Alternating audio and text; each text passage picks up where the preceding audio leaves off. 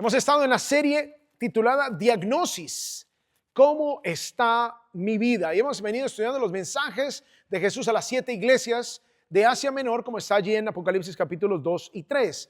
Estudiamos el primer mensaje en la iglesia de Éfeso y el diagnóstico fue que tenía problemas cardíacos porque habían dejado su primer amor. Luego vimos el mensaje a la iglesia de Esmirna y el diagnóstico es que era una iglesia con riesgo de fractura porque estaba bajo muchísima presión. Hablamos luego de la iglesia en Pérgamo y el diagnóstico es que tenía cáncer porque había permitido que el ambiente tóxico la contaminara. Luego hablamos de la iglesia en Tiatira y el diagnóstico es que tenía gangrena porque había permitido que el pecado fuera matando la iglesia poco a poco. Y hoy vamos a ver el diagnóstico de Jesús a la iglesia de Sardis, la cual es diagnosticada en estado de coma. Y este es precisamente el título del mensaje de hoy. Sardis, la iglesia en estado de coma. Recordemos que a pesar de que hablamos de los mensajes a las iglesias, recordemos que la iglesia somos nosotros.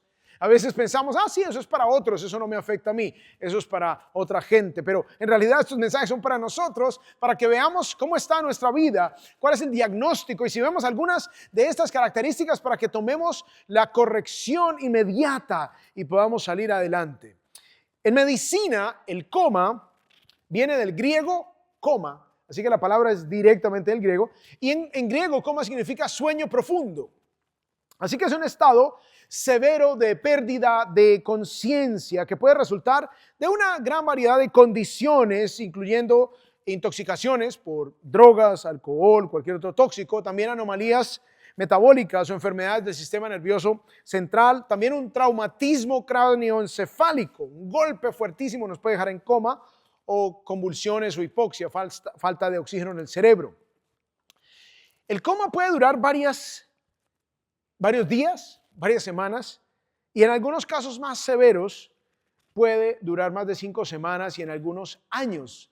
El caso más extremo registrado, una persona duró en coma 37 años. Imagínense, despertarse uno y pasaron 37 años. Algunos pacientes salen poco a poco del coma, otros quedan en un estado vegetativo, otros logran recobrar cierto estado de conciencia, pero otros aún mueren. En medicina de emergencia se ha establecido la escala de Glasgow. La escala de Glasgow evalúa el grado de coma dependiendo de la reacción a determinados estímulos. A estímulos auditivos, estímulos visuales, estímulos al contacto. Y esta escala comprende evaluaciones de reacción pupilar, respuesta motora, respuesta verbal, y cada una con sus respectivos puntajes. Se puede tener un mínimo de 3 a un máximo de 15. Si tenemos 15 estamos perfectos, si tenemos 3 estamos en coma. Ahora, permítanme traer esta condición médica a nuestra enseñanza de hoy, porque esto es una ilustración de nuestra vida espiritual. Muchas veces estamos aparentemente vivos. Se les ve de repente en la iglesia de vez en cuando. De repente el Señor los ve por ahí que coge la Biblia para trancar la puerta de vez en cuando. Pero en realidad estamos en un estado vegetativo espiritual que no responde a Dios, que no da fruto alguno para Dios.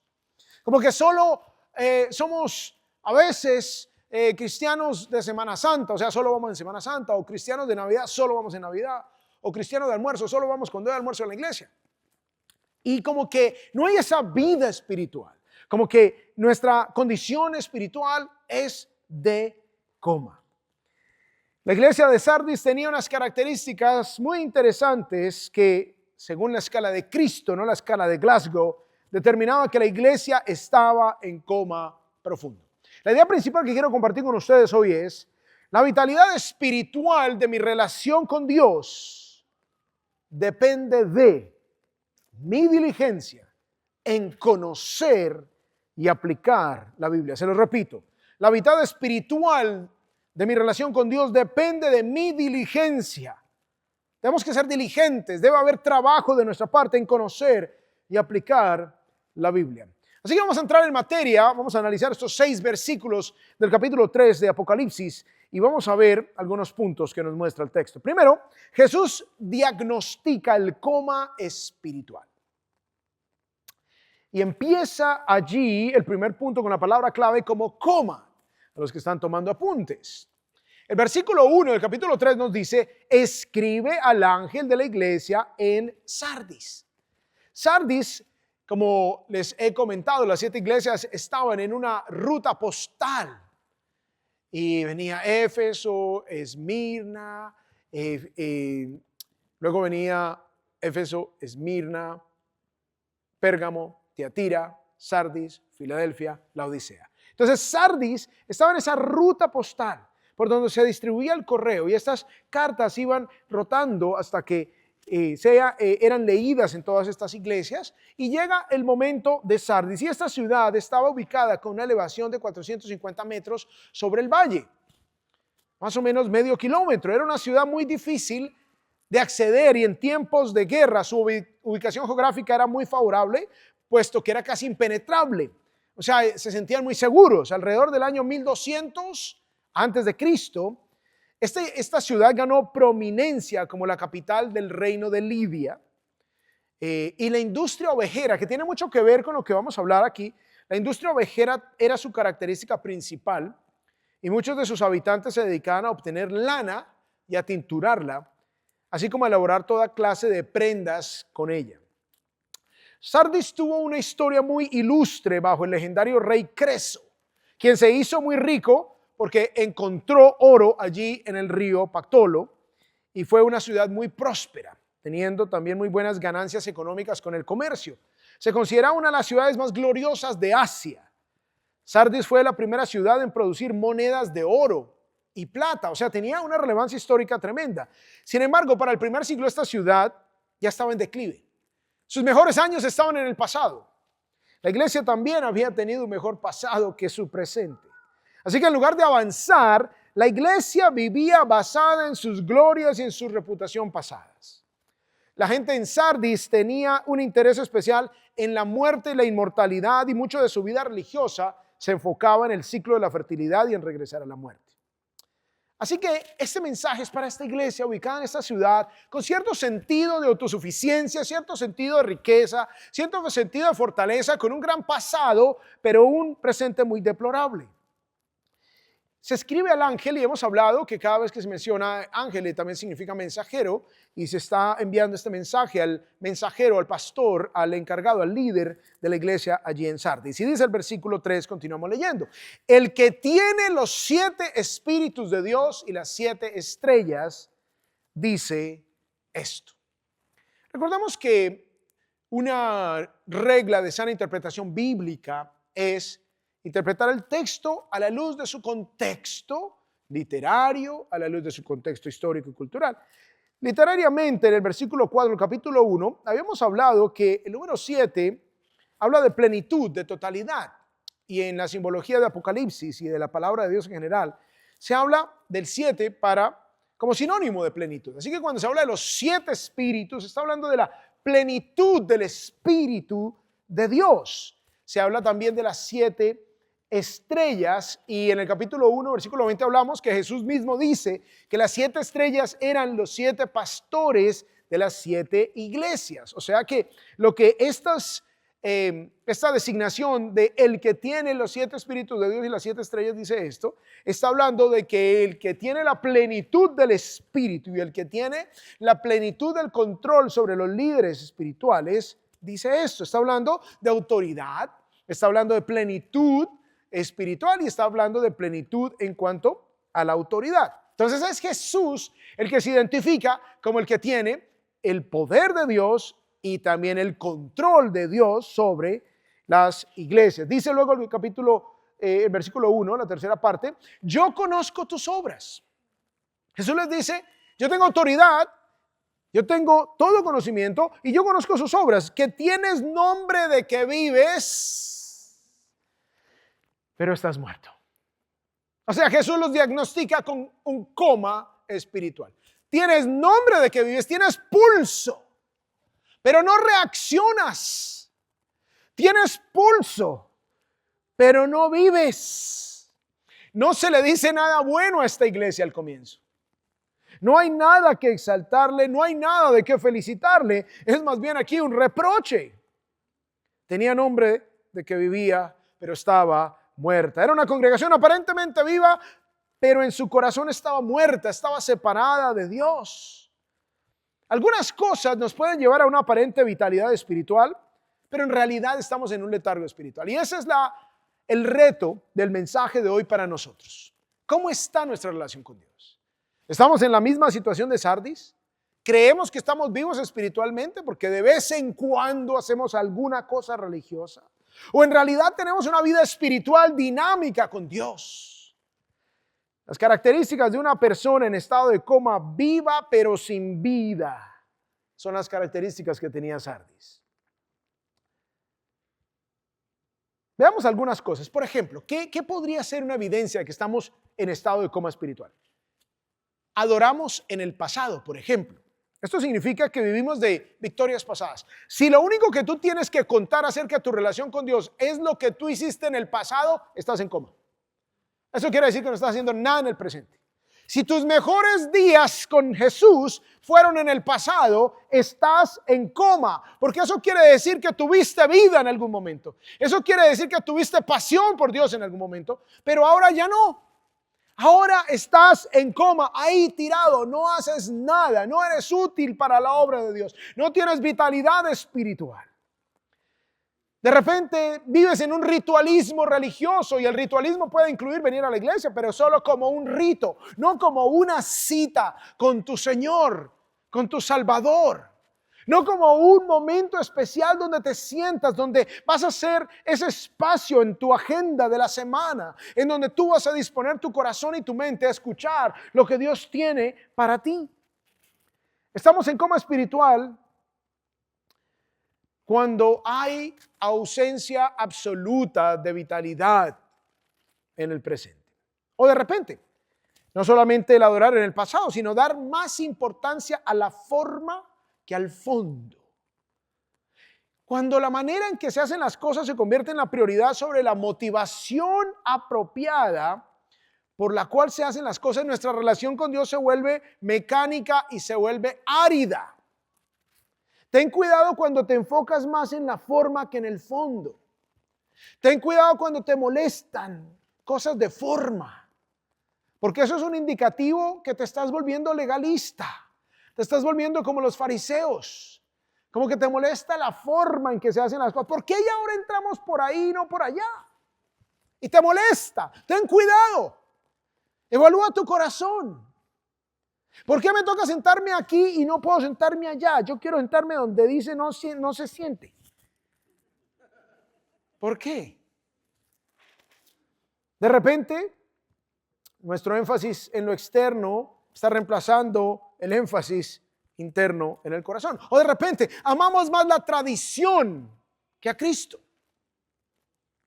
Cuando el énfasis de nuestro servicio a Dios es la tradición y no Dios mismo, nos desviamos del rostro de Dios para encontrar aprobación en los hombres o en las denominaciones.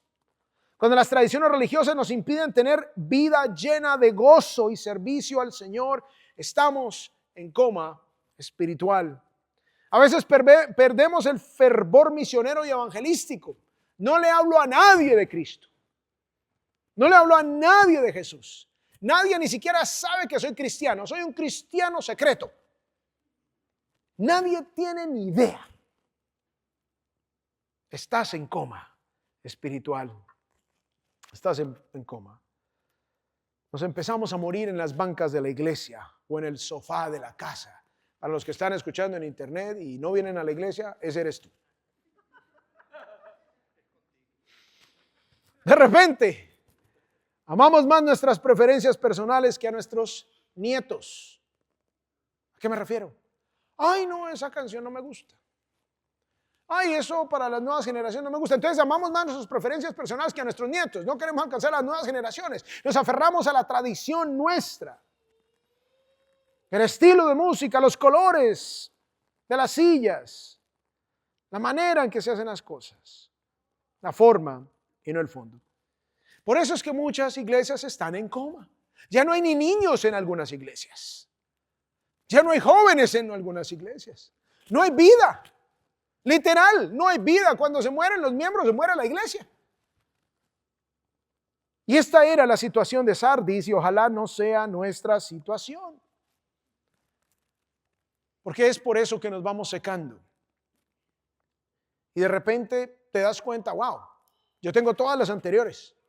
De repente tú mismo estás dándote cuenta que estás en coma espiritual. No tienes vida espiritual en ti. Vienes de un sistema religioso tradicional y lo único que cambiaste fue a la iglesia donde entras, pero sigues igualito. No te involucras, no aprendes la escritura, no aplicas la palabra, no asistes a los grupos de crecimiento, no haces nada más allá, solo cumples con un rito religioso. Marcaste, fui a la iglesia, ahora Dios, quedaste endeudado conmigo, tienes que bendecirme porque fui a la iglesia. Esa es una actitud de alguien que está en coma. Punto número 2, Jesús advierte las consecuencias. La palabra clave aquí es consecuencias del coma espiritual. Hay una advertencia. Tú puedes decir, bueno, estoy en coma, pero ¿qué importa? Bueno, hay consecuencias de vivir en coma espiritual. Hay consecuencias de no tener esa vitalidad. Hay consecuencias. De repente no tienes ganas de moverte para Dios, de buscarlo, de servirlo. Hay advertencia. Aquí dice el versículo 3. Por tanto, si no velas, vendré como ladrón y no sabrás a qué hora vendré sobre ti. Uy, esto suena como ice. ¿Cierto? No sabrás a qué hora vendré. Llegó la migra. Llegó la migra. Bueno, las consecuencias de no cambiar de dirección implicaban la repentina visita del Señor para juicio. Sí, nadie quiere la visita de la migra, ¿no? Cuando todavía se está en proceso, pues no, nadie quiere esa visita porque va a haber consecuencias, va a haber juicio, va a haber cosas malas.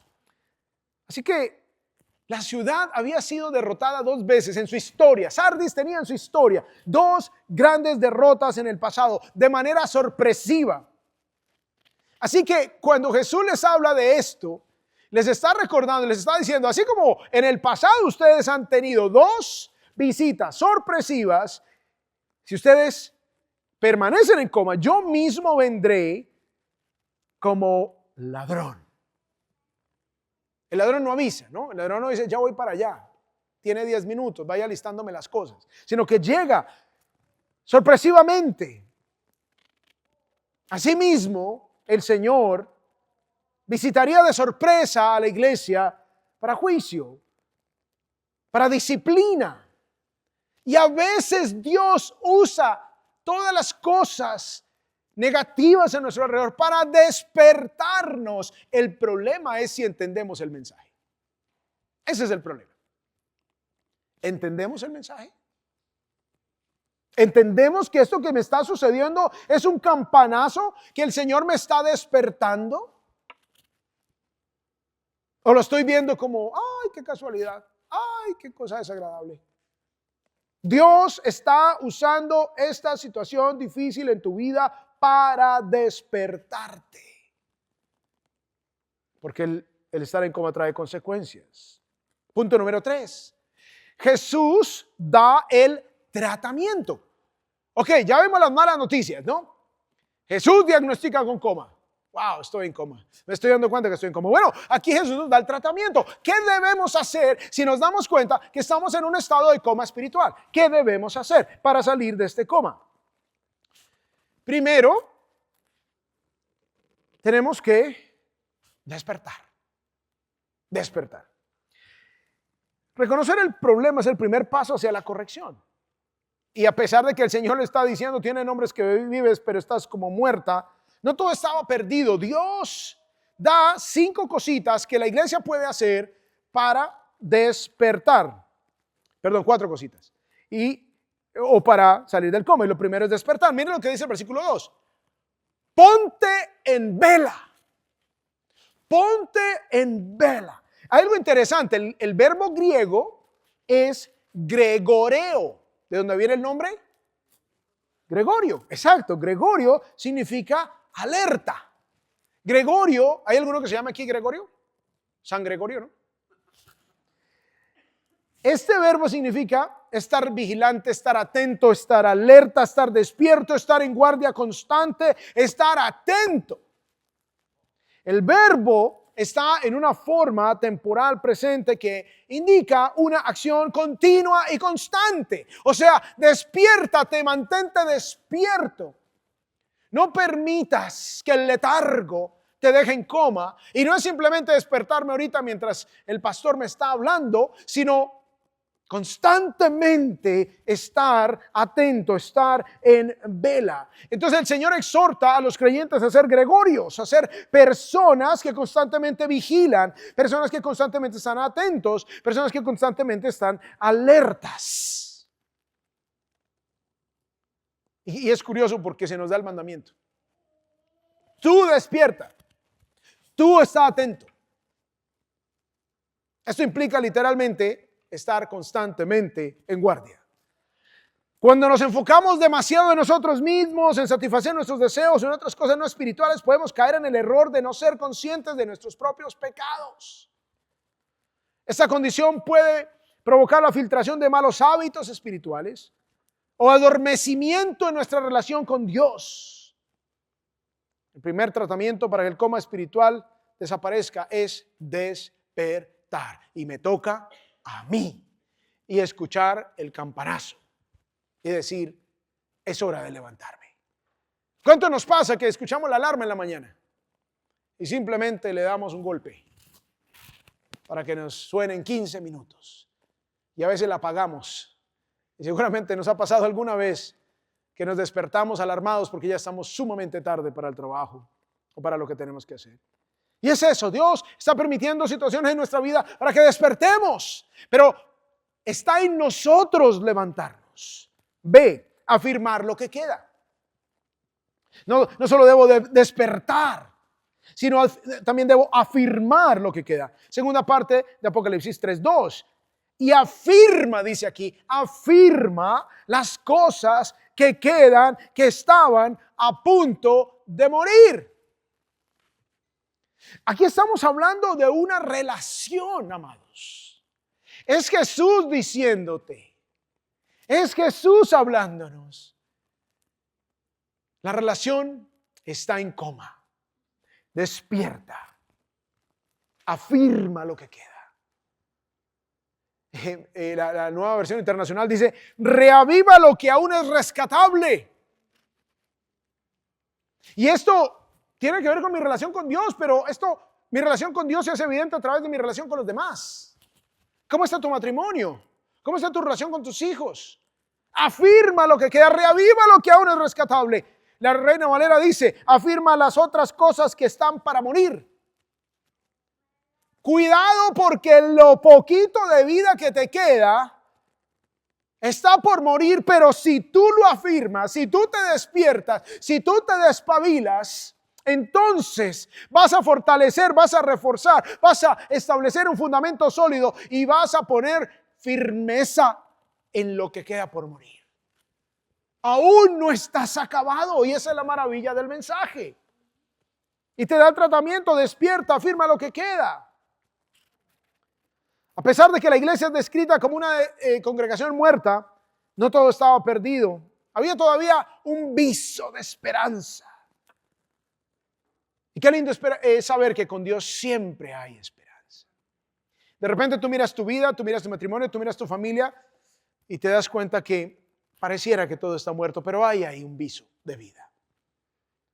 Enfócate en fortalecer lo que queda para que no muera. No podemos descuidar ningún área de nuestras vidas con el pretexto de estar cuidando de otra área específica. En general, las obras de la iglesia eran deficientes, estaban moribundas. Miren lo que dice el versículo 2, tercera parte, porque no he hallado completas tus obras delante de mí. Despierta, afirma. Número 3, recordar y aplicar la Biblia.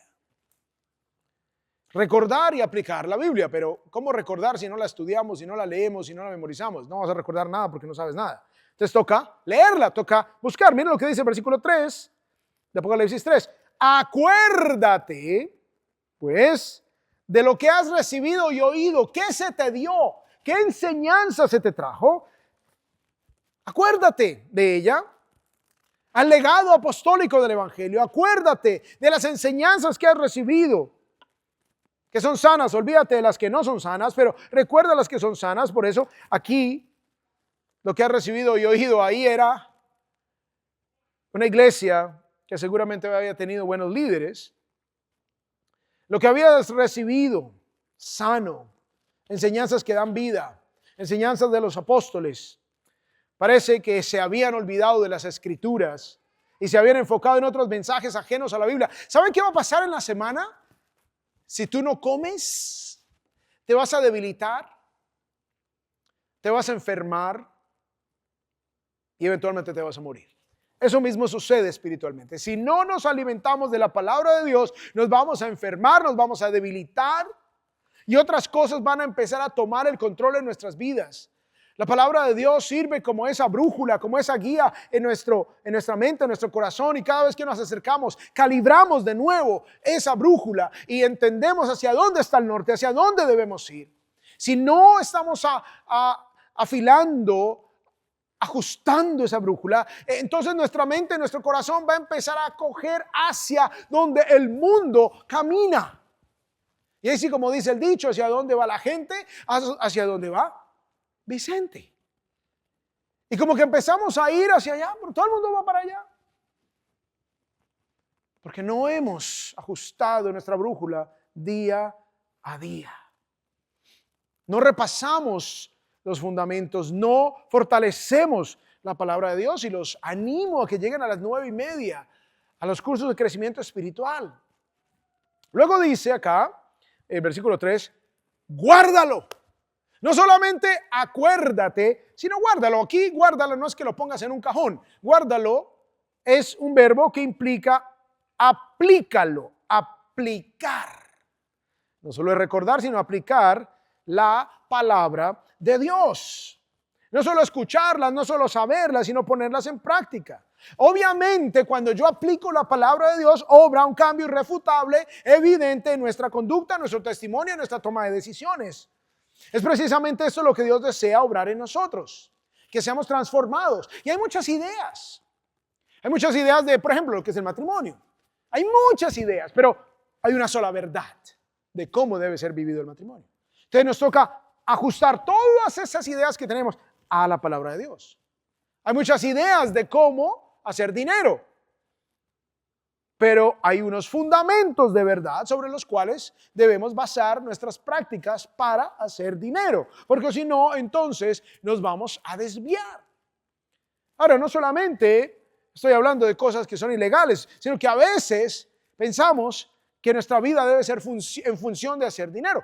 Obviamente tenemos que comer, dice el que no trabaje, que no coma, dice la Biblia. Hay que trabajar, hay que ser diligentes, hay que hacer la tarea, pero cuidado de que eso no sea lo único en tu vida. Hay personas que saben más de las novelas que de la Biblia. ¿Sabe qué dijo Gustavo Adolfo? ¿Sabe en qué episodio Mariela Marcela se enfermó, quedó ciega y se enamoró del chofer? Pero no saben en qué parte de la palabra de Dios están los principios para la toma de decisiones en su propia vida. Hay personas que saben más de la historia de los equipos de fútbol o de cualquier deporte, béisbol, fútbol americano, que de la palabra de Dios.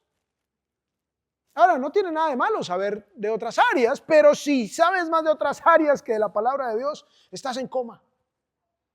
Estás en coma porque sabes que el deporte y las novelas no te dan vida espiritual. Así que guardar implica poner por obra. Si tú decides, te das cuenta hoy, yo estoy en coma espiritual, me voy a despertar, voy a poner por obra la palabra de Dios, me voy a enfocar en aprenderla, voy a venir a los cursos de crecimiento espiritual, voy a estar aquí a las 9:30 de la mañana los domingos. Si hay discipulados, voy a participar de un discipulado. Voy a venir a la reunión mensual, los varones a la reunión de hombres, las damas a la reunión de mujeres. Voy a forzarme. A mí no me gusta madrugar, mi esposa lo sabe, pero toda la vida me ha tocado madrugar. Me ha tocado madrugar, pero aunque me ha tocado madrugar, no me gusta. Mi reloj biológico, yo produzco más entre las 9 y las 2 de la mañana que durante todo el día. Entonces, me encantaría yo poder entrar a las 11 de la mañana a trabajar. o más tardecito de pronto.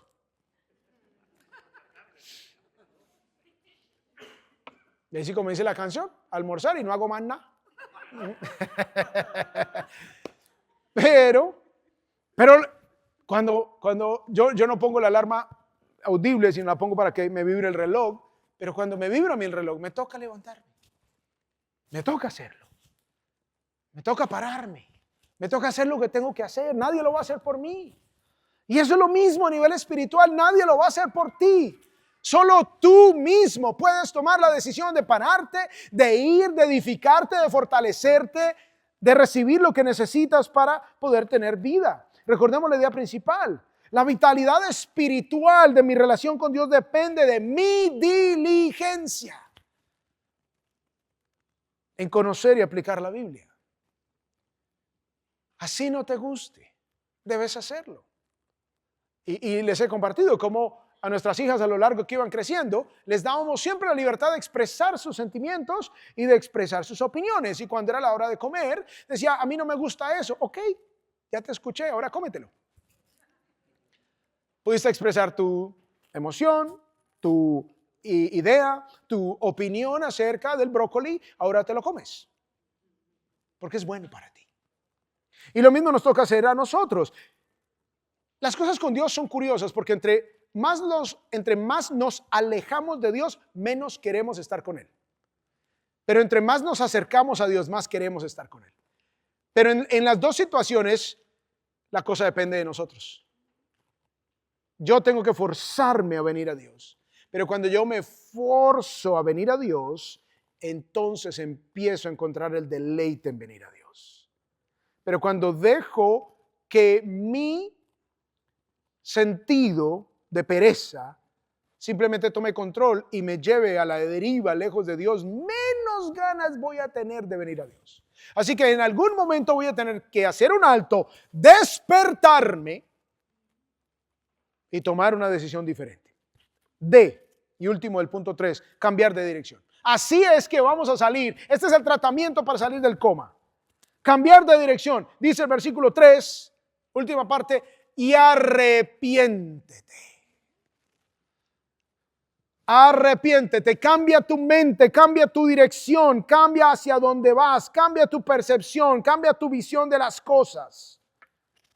Cambia tus acciones, cambia tu vida.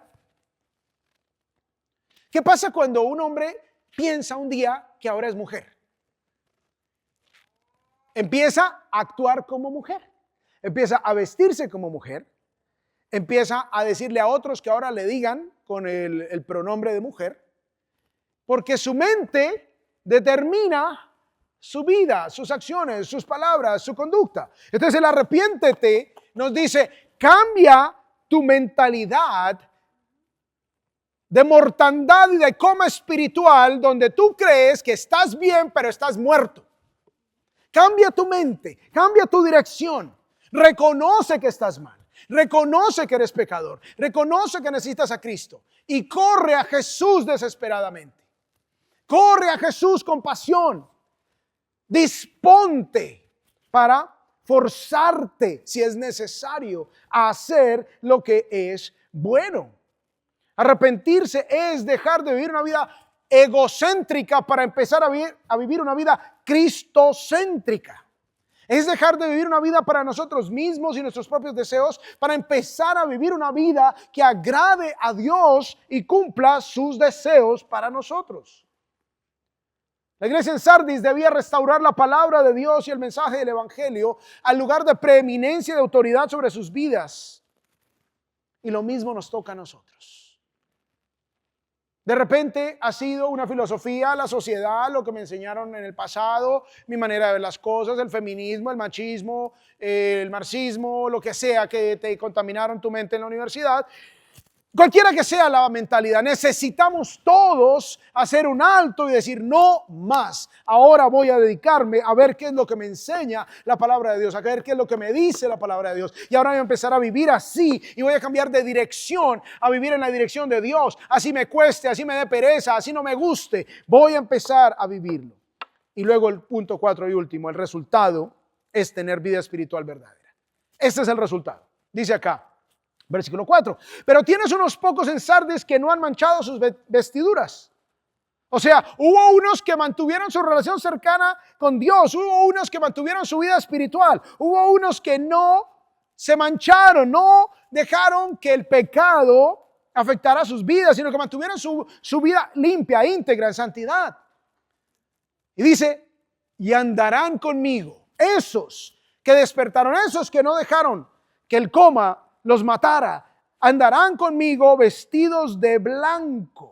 Y esto de vestido de blanco hace alusión a la industria de la lana en la ciudad, como les había dicho al principio. Ellos sabían que era estar vestido de blanco. Lo interesante es que ellos se jactaban tanto de su lana tan fina que como ciudadanos en la ciudad de Sardis era ilegal andar sucio, porque iba a dar un mal aspecto de la lana de Sardis. Porque si cualquier persona que visitara Sardis encontraba que todo el mundo estaba vestido de blanca lana, perfecta, todo el mundo iba a querer comprar la lana de Sardis porque era lana que se veía excelsa, se veía magnífica. De hecho, se podían perder los privilegios de la ciudadanía, le caía la migra. Si ustedes estaban sucios con su vestidura de lana. Entonces, de hecho, en las religiones paganas se prohibía acercarse a las deidades paganas con vestiduras manchadas. Es que aquí la mancha habla de contaminarse con las cosas de este mundo. Dice, andarán conmigo vestidos de blanco, andarán conmigo con una justicia verdadera, con una santidad verdadera, una santidad que solo Jesús nos puede ofrecer. Porque son dignos. Porque Cristo los ha hecho dignos, y eso es lo que se habla de la doctrina de la justificación. Cristo nos justifica, nos declara justos. Versículo 5, así el vencedor será vestido de vestiduras blancas. De nuevo, y no borraré su nombre del libro de la vida. Aquí no dice que sea posible. Aquí solo está diciendo, y no lo voy a borrar. Nadie, de hecho lo que está afirmando Jesús es que nadie puede ser quitado del libro de la vida si está en el libro de la vida. Nadie, no se puede perder la salvación. No borraré su nombre del libro de la vida y reconoceré su nombre delante de mi Padre. ¿Qué quiere decir esto? Si no va a borrar el nombre del libro de la vida, quiere decir que el verdadero creyente va a despertarse, va a estar vivo y no simplemente va a tener nombre de que vive, pero está muerto. No solamente va a parecer cristiano, pero no es cristiano. Genuino. Y reconoceré su nombre delante de mi Padre. Aquí habla de justicia eterna, vestiduras blancas, la justificación de Cristo, la justicia imputada de Jesús aplicada en su favor. Habla de ciudadanía eterna, no borrar el nombre del libro de la vida, hace alusión de el ser borrado del registro de ciudadanos por andar manchados. Jesús está contrastando y está diciendo, aquí no va a suceder eso porque yo doy ciudadanía eterna. Así que aunque no te den los papeles en este país nunca, si entregas tu vida a Jesús, tendrás ciudadanía eterna, que es la que más importa. Y nos da afirmación eterna. Reconoceré su nombre delante de mi Padre y delante de sus ángeles. Versículo 6, el que tiene oído, oiga lo que el Espíritu dice a las iglesias. No olvidemos la idea principal. La vitalidad espiritual de mi relación con Dios depende de mi diligencia en conocer y aplicar la Biblia. Vamos a orar.